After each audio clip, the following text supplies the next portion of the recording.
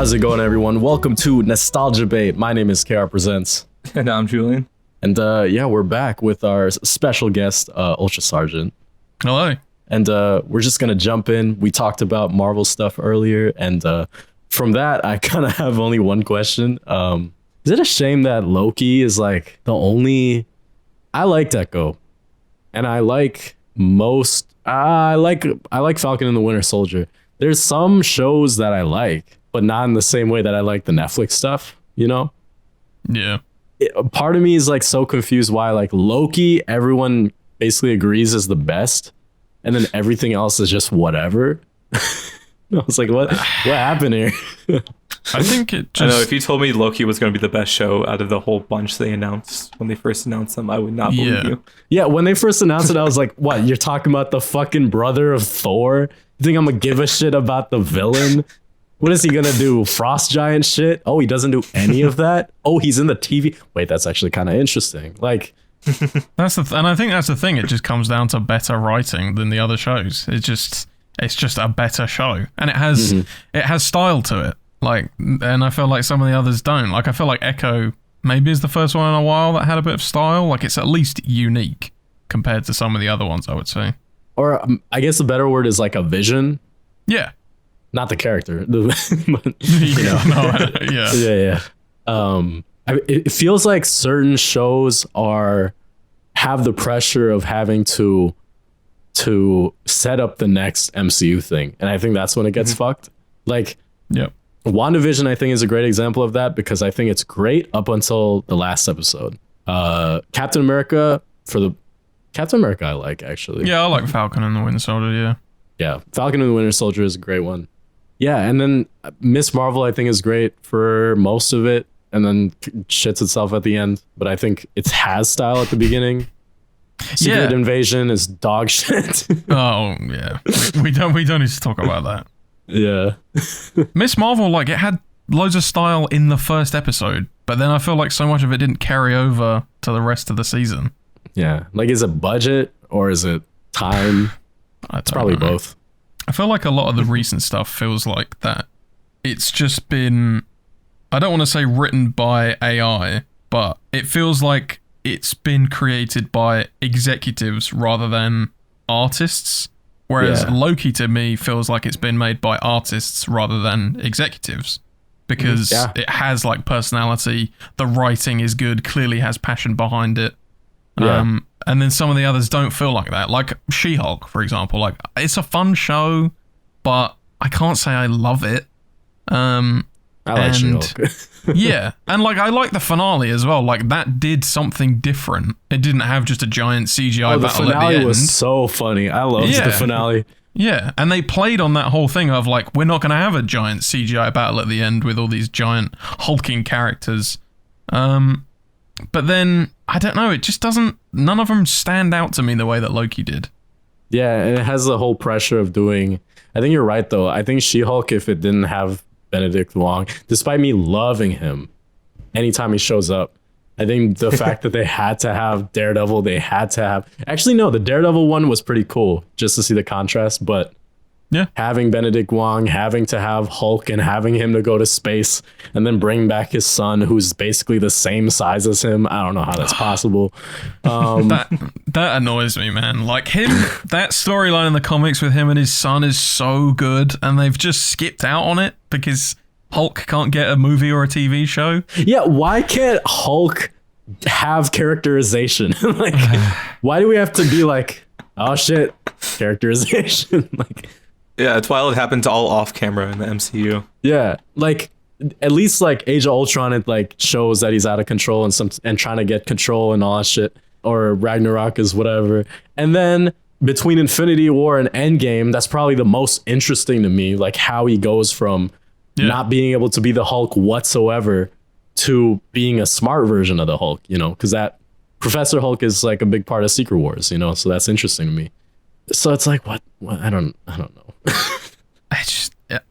They're fucked really because of the whole like Universal thing. They can't make a Hulk movie, but then it's difficult because you don't want to push him to the side and not have him at all, because then obviously, like, he's one of the big Avengers. He's still around. Ruffalo still wants to play the character, so they can't just get rid of him.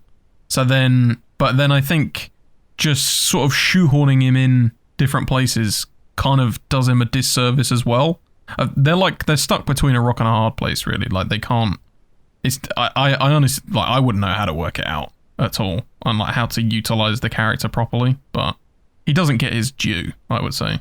Yeah, no, I agree with that, because you could do a lot with him, honestly. Yeah, he's got so many good stories, but again, they're not allowed to do them. And that might, I don't know. It's difficult to say with Marvel why they make a lot of the decisions they make, other than contractual reasons that they're not allowed to. Well, it confused me because he's in She-Hulk, and they were able to do things with that. So how much are they allowed to do? That's the question. That, you know? We know they're not allowed to do a movie, like a Hulk movie. But I don't know why they can't work out some sort of deal like they have with Spider-Man. You know, Spider-Man's owned by Sony. They've clearly made a deal to be able to make Spider-Man movies. Yeah. And the excellent Sony movies that they've been bringing out, such as Madam Web. Excellent. Peak. So Your peak. So but yeah, I feel like Universal are missing out. Because surely if they made a Hulk movie, a good Hulk movie, that's going to make money. But Universal not allowing it, they miss out on that money.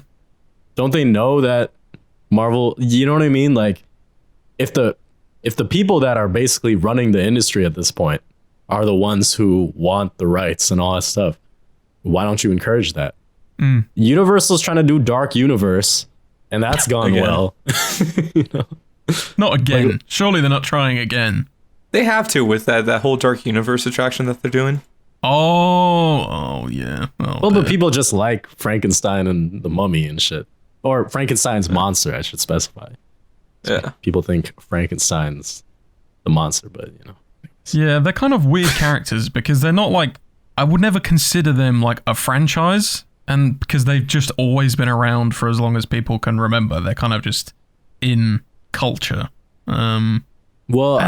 I know we talked about this with Chantillo, or with Eduardo, but Julian we were talking about things that should be remade, and Julian suggested the Dark Universe. Yeah.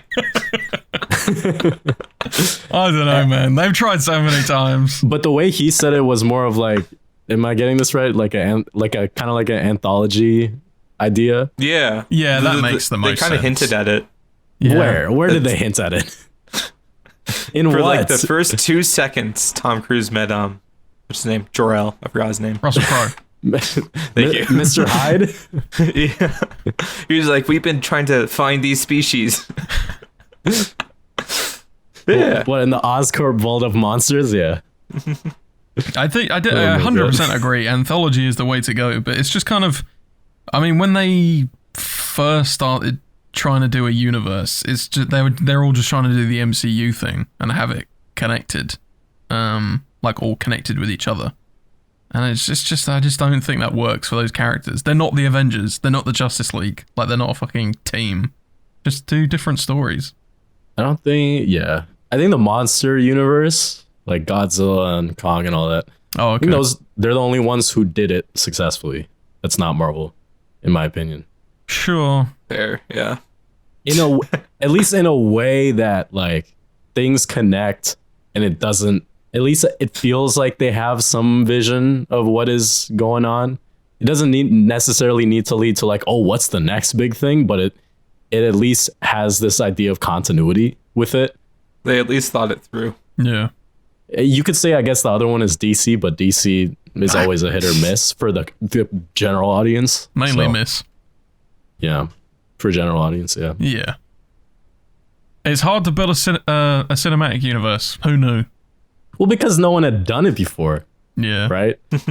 Like, the first one to do it was a company that was running out of money, that they had to make this movie or they would go bankrupt.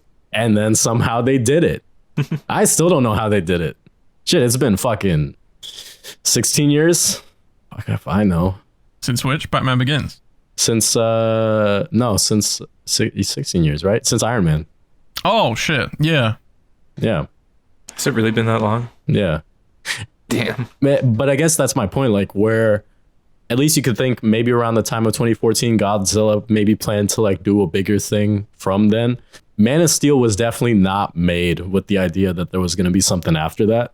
So then they had to make up for whatever they were going to do in the next one. You think? I always thought Man of Steel was like, I always thought they had the plan beforehand that they were going to use this as a jumping point for a universe. Well, they had the plan for Green Lantern. Ugh. Yeah. For it to be the jumping point. Man of Steel, I saw a lot like the Batman Begins, where maybe it's not like the most ideal whatever of Superman or whatever, but for them, it is the Dark Knight of Man of Steel, where it's like, oh, it's serious and it's whatever. I like Man of Steel for my own reasons, not in the way I like Smallville and 78, you know, the ones that I actually genuinely like about the character. Oh, and Superman Lois. But yeah, fucking amazing. But that felt like I thought from there they were just gonna do another trilogy in my head. That's the way they should have gone. Not have him die in his second movie, which isn't even a solo movie for Superman. Right, exactly. But, you know, that's the whole problem with the DCEU. It just wasn't planned out in a good way. Yeah. That's why I'm excited. James Gunn is like, we're gonna put stories first. Yeah. See, that's what I was saying earlier. Sorry, Julian. I was just gonna say that, like, that's what I was saying earlier, is that what he says, like, everything makes sense, but then it's whether they actually follow through with that when the movies come out. That's gonna be like the true tell of whether this universe works. Because it's all well and good just saying stuff on social media. It's whether, you know, they follow through with it. Yeah. Superman Legacy is honestly gonna decide that, you know? Yeah, 100%. Yeah. Is that the first thing that's coming out for DC? The new DC? In movie, yeah, but Creature Commandos. You don't count Blue Beetle. Well, Creature Commandos is the one, like, their canon starts. That's what James Gunn says. Oh. It's an animated show, right? Yeah. Yeah. Yeah, that should Concept be good. art looks phenomenal. Yeah. That's gonna be interesting though, because didn't he say that the characters in that will play live action characters? He says a lot of the actors will transition into live action. I think there's some roles that will just mainly meant for voice actors that will be cast differently. I was about to say, because I'm like, that kind of worries me, because I feel like the benefit of animation is that you just pick the best voice, you know? Yeah. And acting live action is so different from voice, you know? Yeah. Like, if you're gonna put Phil Lamar as a character, like, I want to see it in live action, please. I want to see him in live action. He needs his flowers, you know. I think what they did for Creature Commandos is they have cast like live action actors rather than voice actors, because I feel like everyone, or not everyone, but most of the cast is like people who can transition back and forth. Like, I know, like, Alan Tudyk's in it. He does a lot of voice and live action work. Right. I feel like his character would be completely CGI if they were to bring him into the movies. Yeah, that's another thing as well. Is like, not a lot of them look like a normal guy. Like, they all have super weird designs that are either going to be like CG or big costumes. So it's going to be interesting if they do transfer it to live action. And you don't know how the style is going to change either. If they're going to do mainly prosthetics in some of the ways that Guardians of the Galaxy did, or if they're going to do more CGI in the way that other movies have. Like, it's a hit or miss, I think. Time will tell. Time will tell. You want to talk about the Wonder Woman game? Oh, the fact that nothing has come out about it? Yeah. Yes, sir. Yeah. That's all I wanted to talk about. Yeah. So that's the only thing you can talk about. Yeah, because I know nothing about it. I felt bad for whoever's like working on that game, because it's just been so long since anything has happened. Right. Surely there's people in offices somewhere working on this game and just nothing gets seen ever. Yeah. It's just a shame though, because it's like Wonder Woman. Maybe it has a lot to do with, I grew up with not the Transformers, Jesus Christ, the Justice League show. Yeah. You know, so it's like, for me, maybe I view Wonder Woman like up there with Superman and Batman just because of that. But Wonder Woman is a crazy good character, and it's insane that she hasn't had many opportunities to have like very prominent, like front and center things, you know, in general. She makes cameos here and there, and then she's in what, 2 movies, one that's in my opinion really good, and this second one that's okay, or no, it's not okay, I hate that. And then Justice League, and then parts of Batman v Superman, and that's it since the 70s. So I feel like a video game is the greatest way to like bring her back into like the popular culture, I guess, if that makes sense, or like the mainstream. I don't know what I mean by that. It's just, yeah, like, because it has so much potential. Like for a, she'd be a great character to play as, but it's just you have no idea anything about the game, so you have no idea what to expect, or if they're gonna do things correctly or incorrectly, or like what sort of gameplay it would be. It's so hard to sort of judge anything about it. But yeah, but she, like you were saying, she's up there with Batman and Superman, like 100%. Like if you ask like, I don't know, like your dad or your like a parent, name 3 DC characters, they're gonna name Superman, Batman, and Wonder Woman. Like she's easily so famous outside of being just a comic book character. She's one of those characters that like transcends just comic books. Yeah. So yeah, it's a mistake if they don't carry on with it. I think it was just worse timing because like they were in the middle of development before James Gunn and Peter Safran took over. And then they were like, well, yeah, a lot of games are going to transition into like the DCU. So then they kind of just left you're saying it's been canned, probably. Well, not canned. I just think they don't know what to do with it because they already started. Yeah.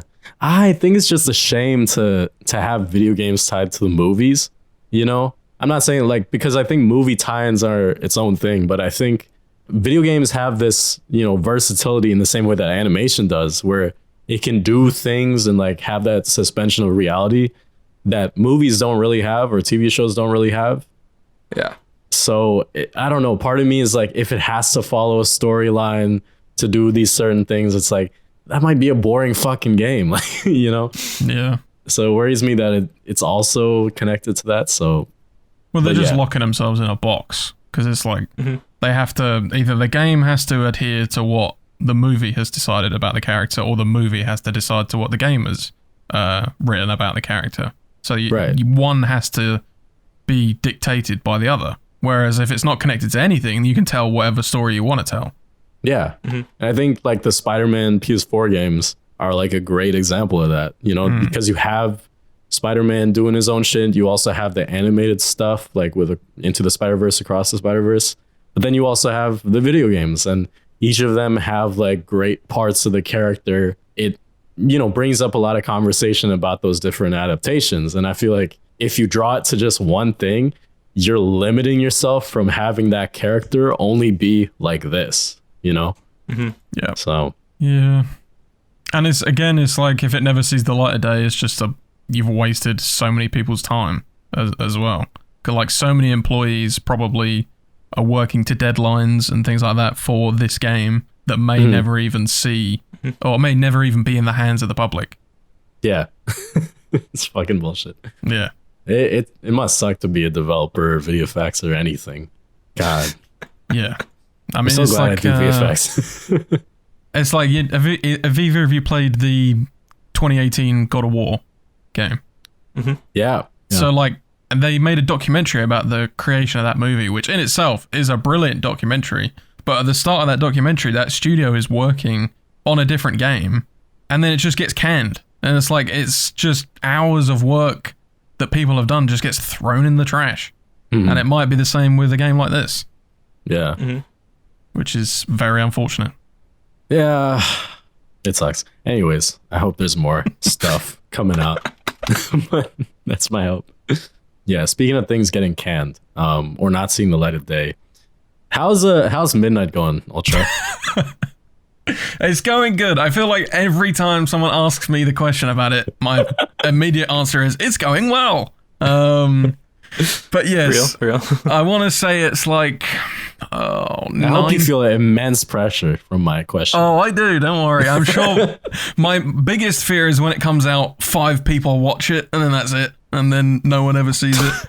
Yeah, I'd cry. Yeah, exactly. But yeah, it's going well. That's the only thing I can really say. It's like 92% done, I want to say. It's really, the final act of the video is like all 3D animation, so that takes a while in itself. The guy I'm working with is excellent, but, you know, sometimes during the months, I don't have the money to pay him for a shot, so I can't have him working on a shot every day of the month, so that delays things sometimes. And then he obviously has his own life, so that delays things sometimes. And it's not, you know, there's no deadline for me to work to. It's done when it's done. It's for fun. Yeah, exactly. But no, I'm very pleased with how it's coming along. It's easily the biggest thing I've ever made for my channel. And then hopefully, once that's done, I can go back to making little videos. But speaking of fan edits, Julian. Yeah. Crisis on Infinite Earths and Doomsday Clock. Come on. Where are they? And Flash Rebirth. Yes. Well, the thing is, like, I've been without a PC for a hot minute. So as much as I wanted to work, excuses. I just could not.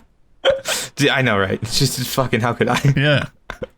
I'm so excited for this. So what are you recording this on?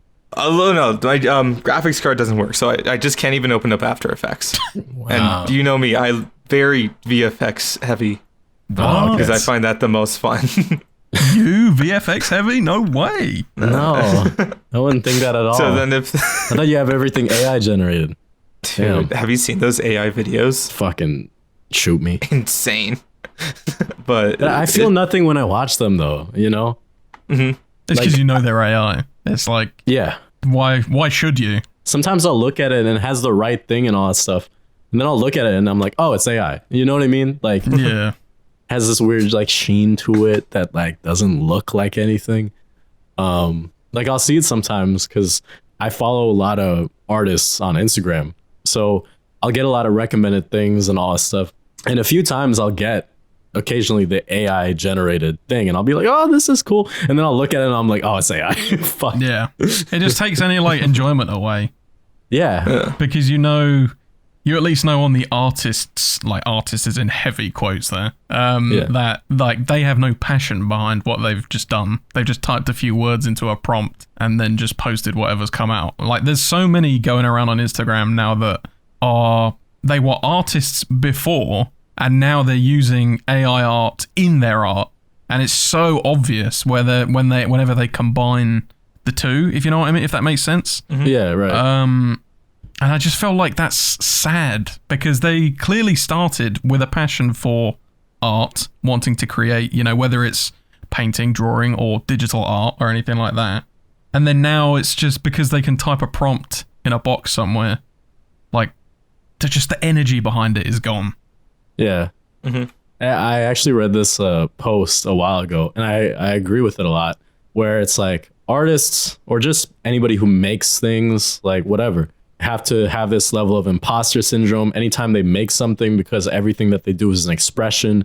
Meanwhile, someone will type in some words, cut together, whatever, through AI, and they'll call themselves an artist. Yeah. And I'm like, you get it. It's less effort, high reward is the idea, you know? Yeah, it's just shortcuts. Right. And I feel like the passion, you know, when you have passion for something like that, you don't want to use the shortcuts. I feel like learning those processes is some of the most fun parts. Like whenever I find something new about visual effects or video editing, it's like, I can't believe I never knew that. That's sick that I now know that. And it's like, I don't want to type in a box, edit this video, and then the final the final product just pop out at the end because that's boring. Yeah.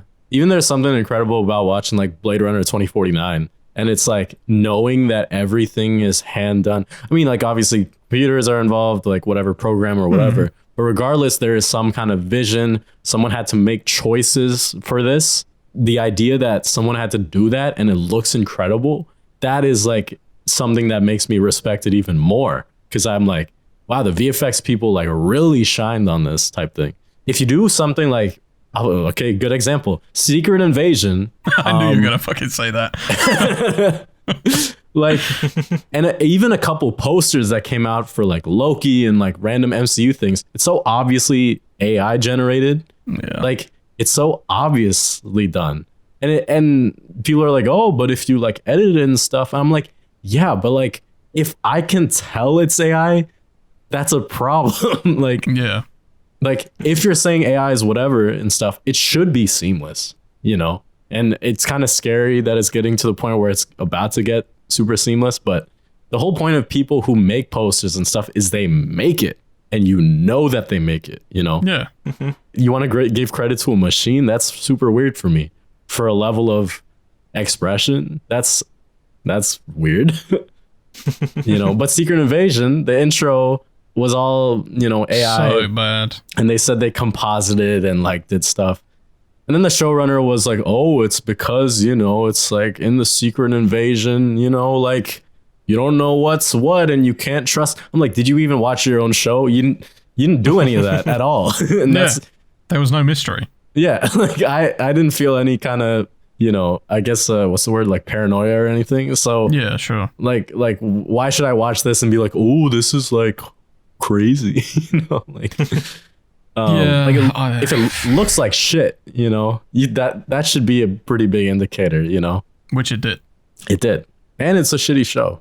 I wouldn't be surprised if that whole show was generated by AI. Yeah.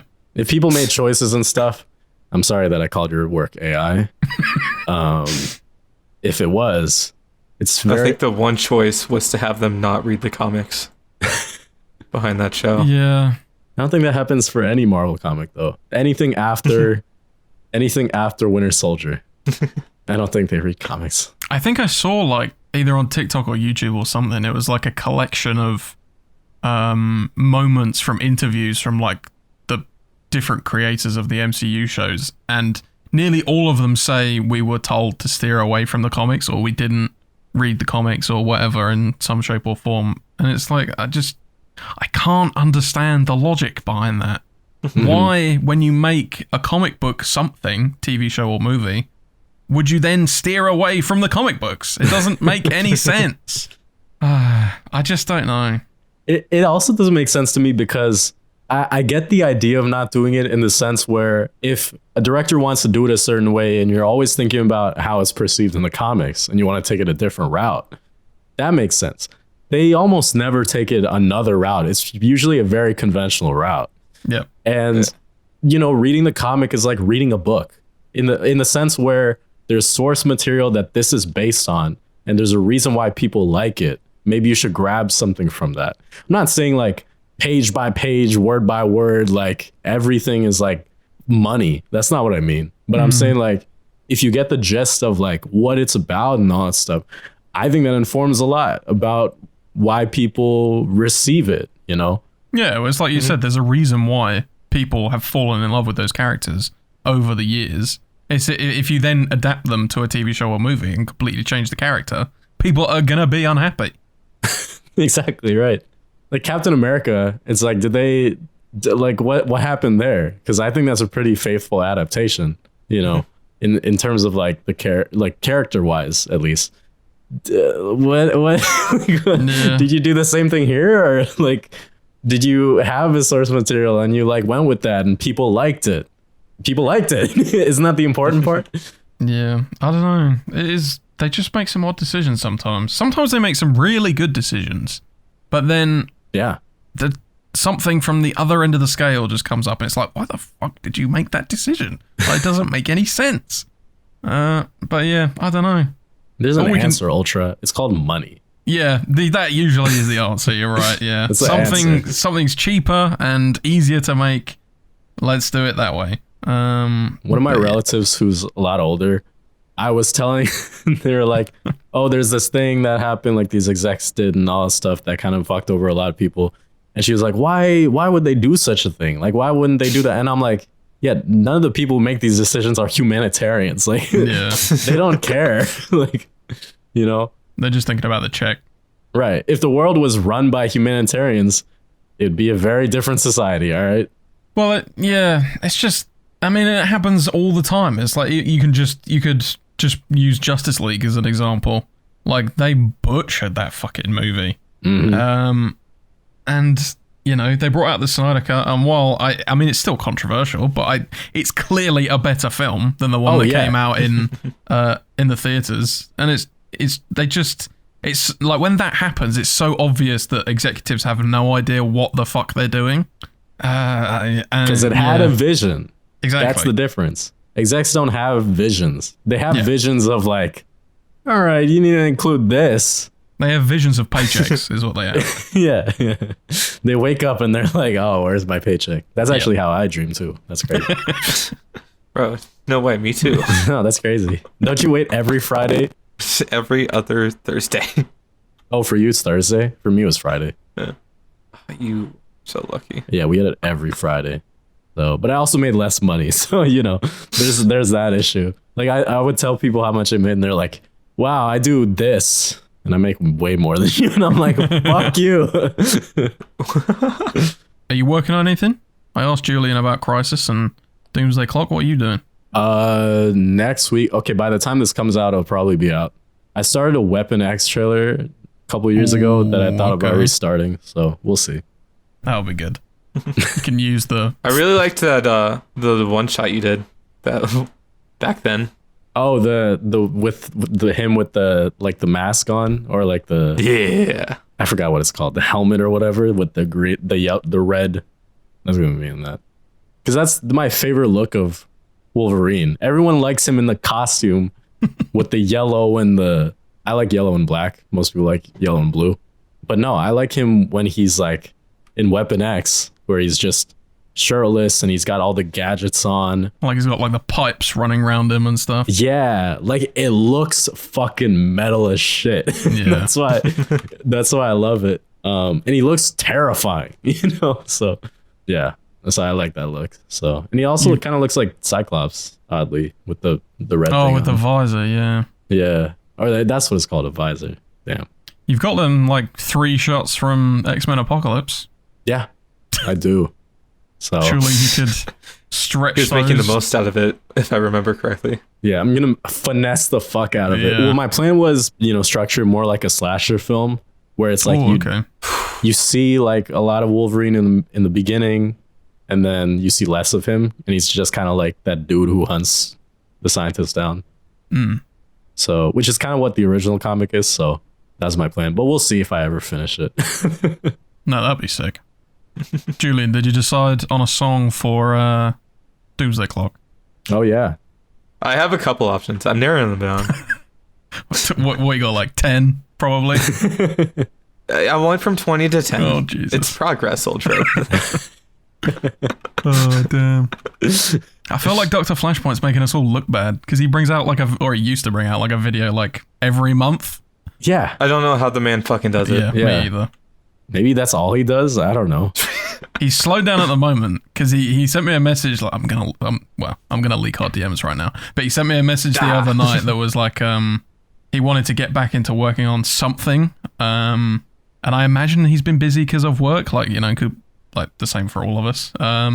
But yeah, like before that, I don't know how he does it. Like, he did all those Avengers 2000s trailers, like all back to back, and that was over the course of a few months. He just pumps them out. It's insane to me. You know his secret, honestly.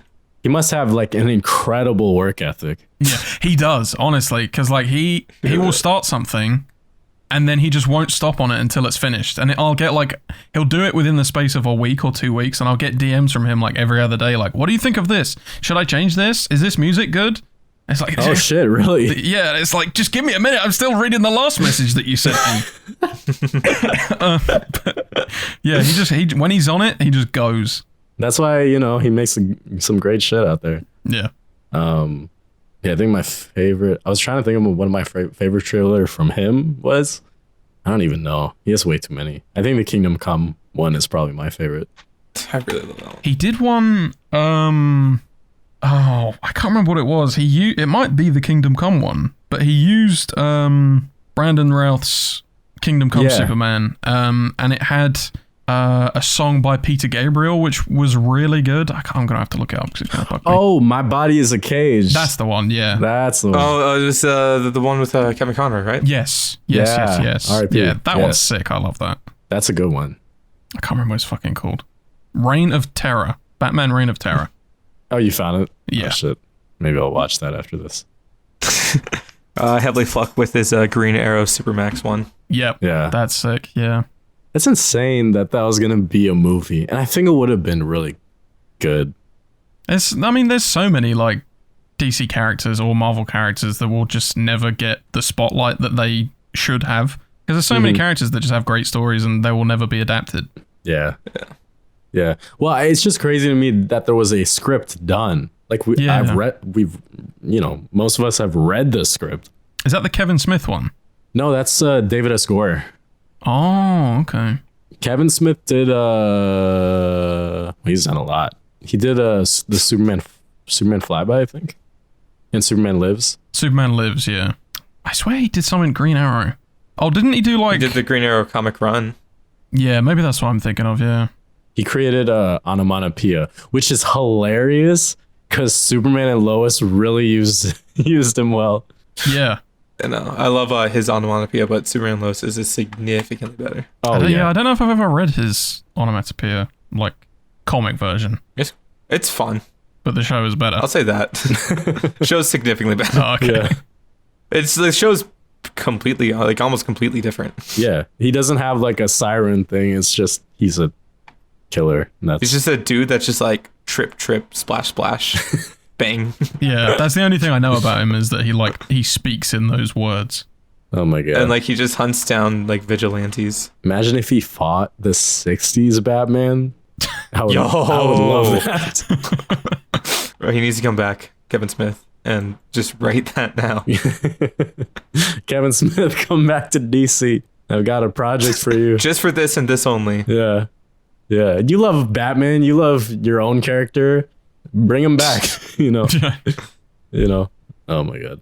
At the end of the episode, we usually do the thing where it's like, you can say, I'm Ultra or whatever the fuck you want. Sure. And then I'll be like, oh, we'll see you next time. Just make up a name. I'm Steve.